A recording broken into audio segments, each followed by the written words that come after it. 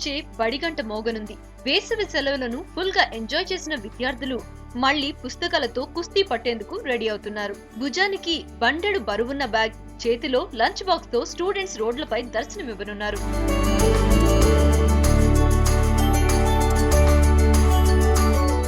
Reopening తో సిటీలో traffic సమస్యలు రెట్టింపు కానున్నాయి. వేల కొలది ఆటోలు, స్కూల్ బస్సులు మార్నింగ్, ఈవినింగ్ సిటీ రోడ్లపై కిక్కిరిసనున్నాయి. ఇప్పటికే పేరెంట్స్ పుస్తకాలు, యూనిఫామ్లు కొనుగోళ్లతో బిజీగా ఉన్నారు. బుక్ సెంటర్స్ కు గిరాకీ పెరిగింది. షాపింగ్ మాల్స్ పిల్లల పేరెంట్స్ తో బిజీగా కనిపిస్తున్నాయి.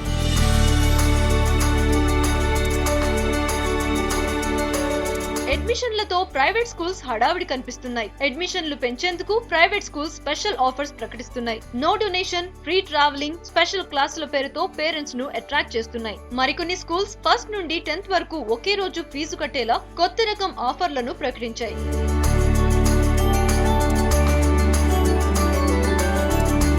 సమ్మర్ హాలిడేస్ లో ఎంజాయ్ చేసిన మొమెంట్స్ ను గుర్తు చేసుకుంటూ అయిష్టంగానే స్కూల్స్ కు రెడీ అవుతున్నారు విద్యార్థులు.